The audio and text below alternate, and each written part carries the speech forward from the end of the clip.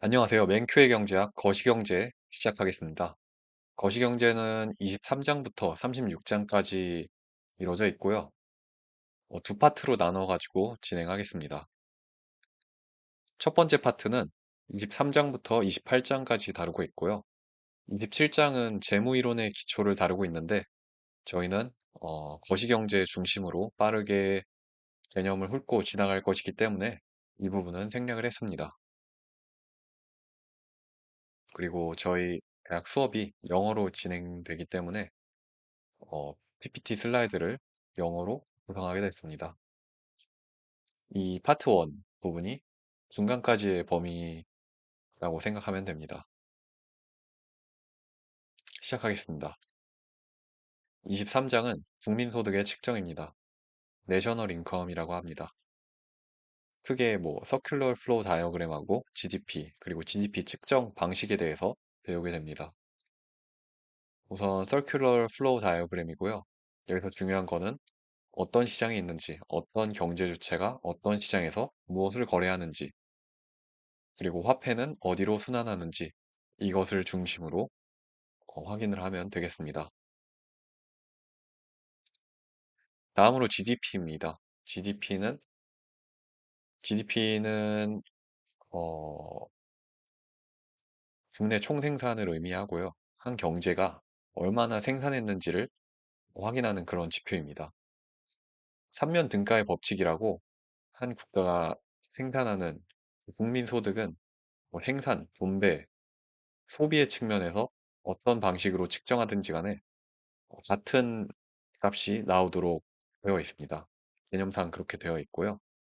물론 통계상으로는 몇 가지 오차가 발생할 수 있는데 이론상으로는 소득, 지출, 분배 측면에서 모두 같은 값을 가지고 어, 그래서 저희는 생산 측면하고 그리고 지출 측면에서 GDP를 바라보게 됩니다. 그래서 정의상에는 GDP의 정의에는 생산 측면에서 GDP가 국내 국민 총생산이 어떻게 집계되는지를 알 수 있습니다. 국민 소득이 어떻게 집계되는지를. 생산 측면에서 보면은 GDP 정의는 시장 마켓 밸류, 시장 가치로 측정이 될 수 있어야 하고, 최종 생산물이어야 하고, 그리고 한 국가 안에서 생산된 것이어야 하고, 그리고 주어진 기간 동안 생산된 것이어야 합니다. 이 정의에서 정의를 묻는 게 다양한 문제로 응용이 될 수가 있고요. 몇 가지 주의해야 할 점은 어, 언급을 해뒀고요. 특정 기간 안에 생산되었다. 그렇기 때문에 만약에 생산이 되고 판매가 되지 않는다. 그러면은 이건 어떻게 할 거냐 할 수가 있는데 요거는 인벤토리로 집계가 돼가지고 재고 자산으로 집계가 되고요. 그 인벤토리가 만약에 다음 해에 팔린다. 그거는 아무 변동이 없습니다.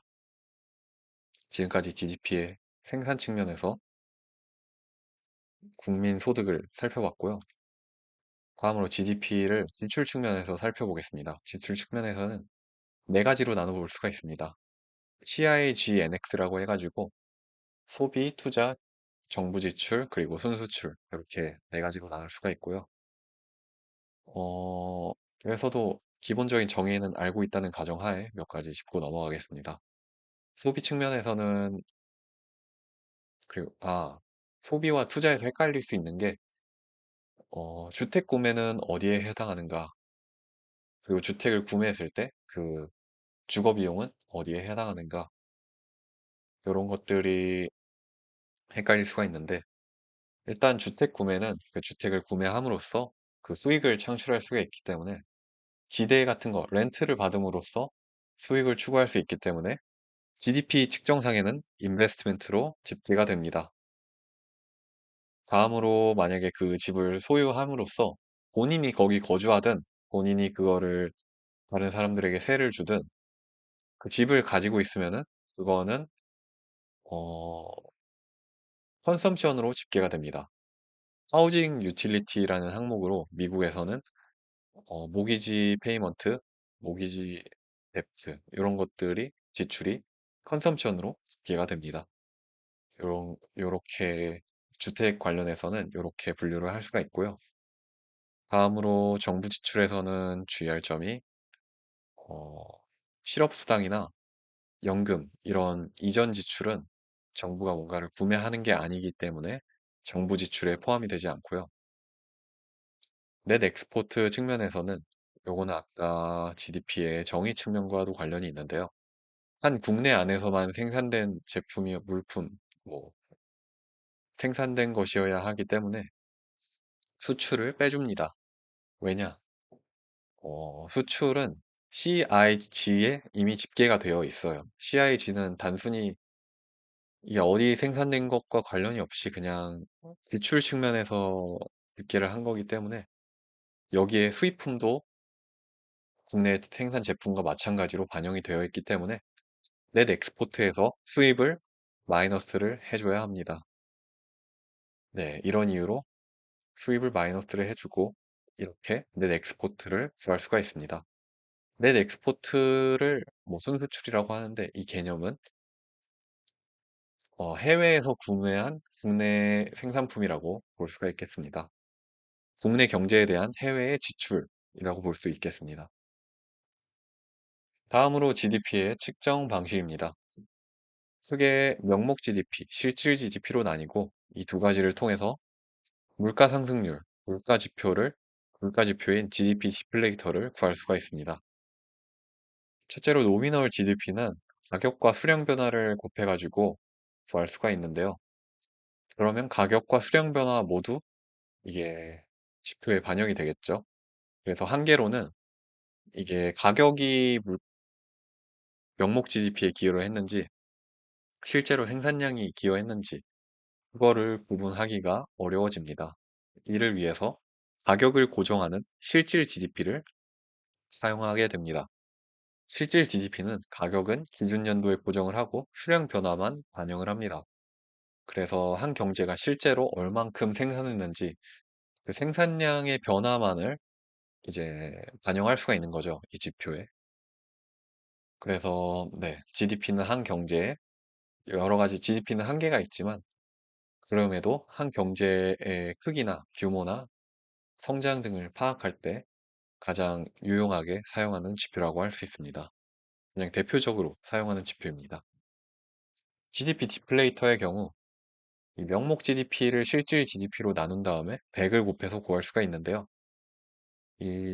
이게 어떤 원리냐면 명목 GDP와 실질 GDP의 유일한 차이라고 하면은 가격이 명목 GDP는 해당 연도 가격을 반영하고 실질 GDP는 기준 연도 가격을 반영한다는 것입니다. 그래서 GDP 디플레이터는 이 두 가지 지표를 이용하기 때문에 이 두 가지 지표에 나타나는 차이, 그러니까 물가 지표의 차이가 반영이 돼가지고 이 GDP 디플레이터를 통해서 물가 수준을 측정할 수가 있습니다. 이 GDP 디플레이터는 기준 연도의 경우에는 가격이 해당 연도랑 기준 연도랑 일치하기 때문에 항상 100을 띄게 되고요. 이 100을 기준으로 물가가 상승하면은 110, 뭐 100보다 큰 숫자가 나오게 됩니다. 그리고 이 GDP 디플레이터라는 거는 저도 처음에는 많이 헷갈리는 부분이 있었는데요. 공부할 때는 그 100을 기준 연도에 비해서 이게 얼마나 오르내렸는지를 상대적으로 보여준다고 할 수 있습니다. 그 100 주변의 언저리의 숫자들을 통해 가지고. 그래서 만약에 전년도 대비해서 GDP가 물가 수준이 얼마나 오르고 내렸는지를 파악하려면은 이 GDP 디플레이터 사이에 변화량을 구해주면은 그게 그 연도간의 물가 상승률을 구하는 방법이 됩니다. 그래서 디플레이터의 변화율은 물가 상승률이다. 이렇게 이해를 할 수가 있겠습니다. 네, 지금까지 국민소득에 대해서 알아봤습니다. 다음으로 24장은 생계비의 측정입니다. 생계비의 측정은 CPI라는 지표를 통해서 하고, 그리고 CPI와 GDP 디플레이터 둘 다 물가 수준을 반영하는 그런 지표인데, 이 두 개가 어떤 차이를 가지는지를 확인하고, 그리고 이 물가 수준에 따라서, 물가 수준의 변화량, 즉 물가 상승률에 따라서 몇 가지 변수들을 조정하는 방법을 배우게 됩니다.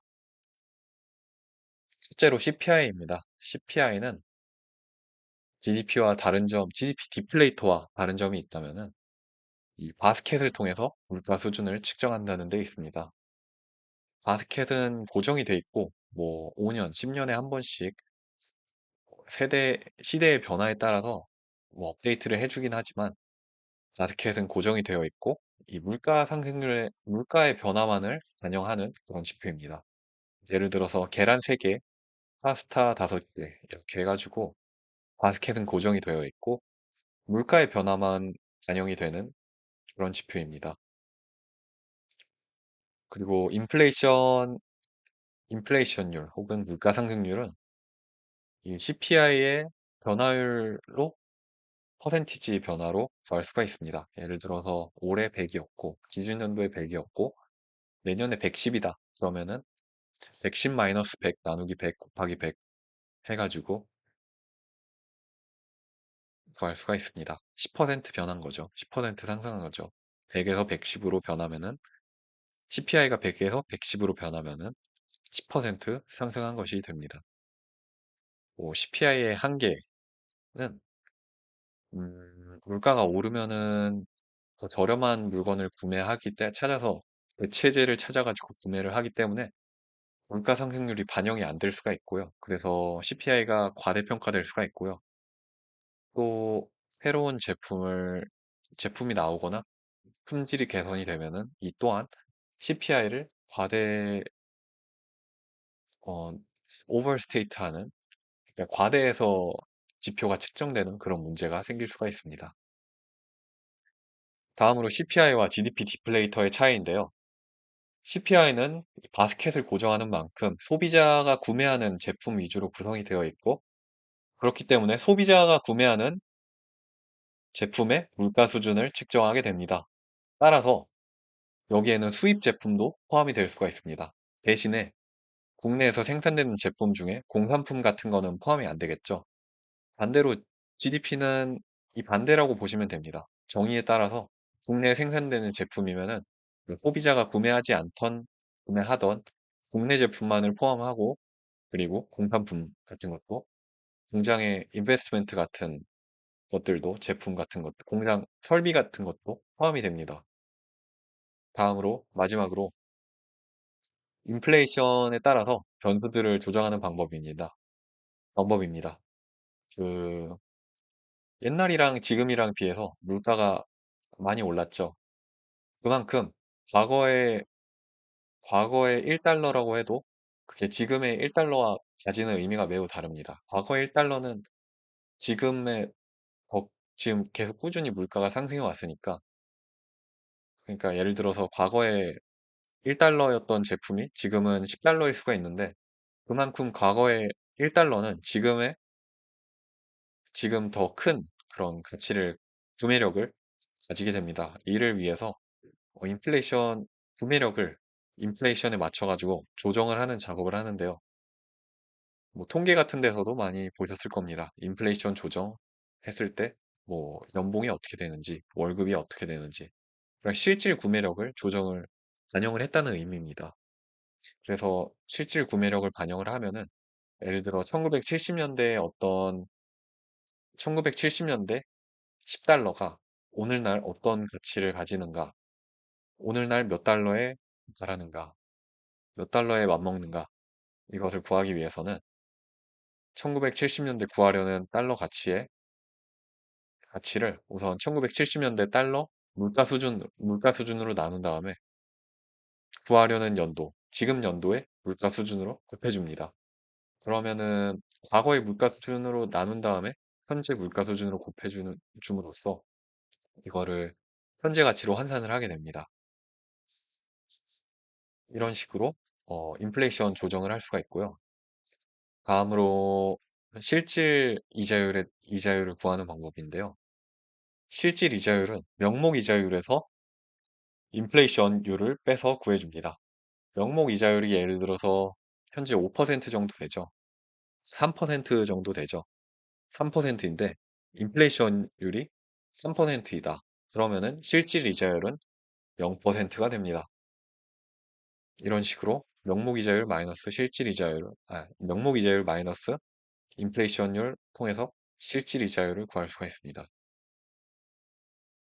다음으로 생산과 성장입니다. 25장 생산과 성장. 요거는 한 슬라이드로 간단하게 중요한 것만 짚고 넘어가겠습니다. 생산성이라고 하면은 총 생산량을 총 투입량으로 나눠서 구해줍니다. 그래서 같은 생산량을 같은 투입량일 때 얼마나 더 많이 생산할 수 있는가. 이게 productivity, 생산성을 의미한다고 볼 수가 있고요. 그러니까 같은 투입량으로 얼마나 더 효율적으로 생산하는가를 측정하는 그런 지표라고 볼 수 있습니다. 그리고 생산성이 한 경제에서 아주 중요한 그런 지표인데요. 왜 그런가 하면은 이 프로덕션 펑션이 그 Y, 한 나라의 경제 생산량을 결정하는 데 있어가지고 이 전체 생산 함수의 생산성이 곱해지기 때문에 아주 중요한 지표로 여겨지고 있습니다. 이 A가 Total Factor Productivity라고 해가지고 총 요소 생산성이라고 하는데요. 이 생산 함수에 레이버 캐피털, 휴먼 캐피털, 내추럴 리소스스 이런 게 다 들어가고 이런 것들을 종합적으로 얼마나 더 효율적으로 생산할 수 있는가 이게 곧 총 요소 생산성이기 때문에 같은 생산량을 더 이 통해서 같은 생산량을 투입량을 통해서 더 많은 생산을 할 수 있도록 하기 때문에 중요하게 됩니다. 그리고 뭐 몇 가지 줄일 거라면 레이벌이 늘어나는 것과 휴먼 캐피털이 늘어나는 것을 구분을 해야 한다. 휴먼 캐피털은 5급 인력이다. 그 정도가 있겠습니다. 다음으로 26장 저축, 투자와 금융제도입니다. 금융기관, 그리고 어카운팅, 회계 항등식, 그리고 내부자금 시장 이 세 가지에 대해서 알아보겠습니다. 첫째로 금융기관입니다. 직접 파이낸셜 마켓, 직접 거래하는 곳이고요. Financial Intermediaries, 여기는 간접적으로 중개기관을 통해 가지고 Intermediaries 통해 가지고 거래하는 그런 시장입니다. 그런 기관이라고 할 수가 있습니다. 금융 중개기관을 통해서 하는 금융기관입니다. 그래서 이렇게 구분을 할 수가 있고요. 다음으로 회계항등식입니다. 기존의 Y, 국내 총생산, GDP를 구성하는 네 가지 요소에 대해 알아봤었는데요. 이 closed up economy, 그러니까 해외 거래를 하지 않는, 교역을 하지 않는 폐쇄된 경제를 가정을 했을 때 이 Y는 CIG의 합으로 표현을 할 수가 있습니다. 그리고 이걸 식을 조금 변형을 하면은 Y에서 총생산에서 소비와 민간 소비와 정부 소비를 뺐을 때 투자가 나오게 됩니다. 그러니까 소비 지출을 한 것을 뺐을 때 투자가 나온다고 볼 수가 있습니다. 그리고 이것을 의미상으로 다르게 해석을 했을 때 이 C와 G를 뺀 값은 그러니까 소비를 민간과 정부에서 소비하지 않은 값. 요거는 결국에는 세이빙, 저축을 한 거라고 볼 수가 있습니다. 그래서 요거는 후식상으로 해석을 한 거고, 요거는 의미상으로 해석을 한 겁니다. 따라서 이 상등식에 따르면은 인베스트멘트는 세이빙과 같다. 이렇게 표현을 할 수가 있고요. 다음으로 그 정부 지출 측면에서 재정 적자와 재정 흑자에 대해서 알아볼 텐데요. 이 텍스에 비해서 정부 지출, G가 많다. 그러면은 적자가 나겠죠. 그럼 재정 적자가 되고요. 텍스가 더 많다. 지출보다 텍스 값이 많다. 그러면은 정부 재정 흑자가 됩니다. 이렇게 간단하게 알아볼 수가 있고요. 그러니까 중요한 거는 텍스가 예산이라고 보면 됩니다. 이 두 가지를 통해서 대부자금 시장을 알아보도록 하겠습니다. 뭐, 대부자금 시장도 다른 경제학 기초에 나오는 시장들과 마찬가지로 그래프를 이해하는 게 기본적이고, 그리고 X축, Y축을 이해하고 어떤 요소들이 요 그래프를 이동시키는지, 균형은 어떻게 찾는지, 이런 것들 중심으로 파악을 하면 되겠습니다. X축, Y축, 그리고 이동하는 요소들. 이 대부자금 시장은 수요가 크다고요. 그 아까 말한 그 인베스트먼트고요. 서플라이가 내셔널 세이빙이 됩니다. 그리고 내셔널 세이빙을 보다 자세히 살펴보면은 프라이빗과 퍼블릭 세이빙으로 나뉘게 됩니다. 민간 투자와 그 공공, 민간 저축과 공공 저축으로 나뉘게 됩니다. 그래서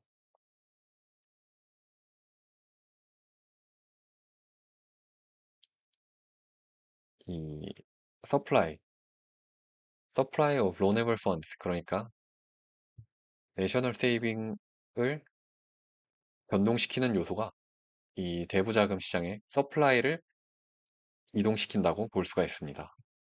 그건 크게 두 가지 요소가 있는데요. 첫째는 재정 적자고, 둘째는 세이빙 인센티브입니다. 이 두 가지 모두 세이빙을 이동시키는 요소인데요. 그럼 재정 적자가 어떻게 세이빙을 이동시키냐 하면은, 재정 적자가 나면은 이 재정 적자가 난다는 것은 T에서 G를 뺀 값이 0보다 작다는 의미를 합니다. 0보다 작다는 것을 의미합니다. 이 아까 수식에서 볼 수 있듯이 T가 G보다 작을 경우 재정 적자가 나는데, 이게 그럼 0보다 작기 때문에 내셔널 세이빙이 감소를 하게 됩니다. 그러니까 주로 이전 시즌에는 안 그랬는데 다음 시즌에, 다음 쿼터에 재정 적자가 났다 하면은 서플라이 오브 로네블 펀드 곡선이 왼쪽으로 이동을 하는 거죠. 그래서 이런 식으로 재정 적자가 나서 전체 세이빙이 감소를 했다, 이런 식으로 이해를 할 수가 있습니다. 이 두 가지는, 그리고 내셔널 세이빙은 프라이빗과 퍼블릭으로 나눠서 이렇게 구분을 할 수가 있습니다. 다음으로 뭐 세이빙 인센티브를 주면은 숫자가 늘어나겠죠. 이런 식으로 서플라이 오브 로네블 펀드의 곡선의 이동을 확인할 수가 있고요. 디맨드 측면에서는 어, 기업의 투자 변동 요인이 곧 이 디맨드의 이동 요인이라고 할 수가 있겠습니다. 예를 들어서 투자 세제 혜택, 인베스트먼트 텍스 크레딧을 주면은 이 대부자금 시장의 수요가 증가를 하게 됩니다. 네, 지금까지 금융기관에 대해서, 저축, 투자, 그리고 금융 시스템에 대해서 알아봤습니다. 그리고 이 두 가지 곡선으로 결정되는 것은 이자율이 결정이 됩니다. 그래서 수요가 늘어나면 이자율, 이자율이 증가를 하고요. 또 자금 공급이 줄어들어도 이자율이 증가를 하게 됩니다. 다음으로 실업에 대해서 살펴보겠습니다. 실업은 크게 실업률 지표를 구하는 것과 실업자의 구성으로 나눠서 볼 수가 있습니다. 첫째로 실업률 지표인데요. 중요한 부분은 일단 첫째로 실업률, 그리고 경제활동 참가율이 있습니다.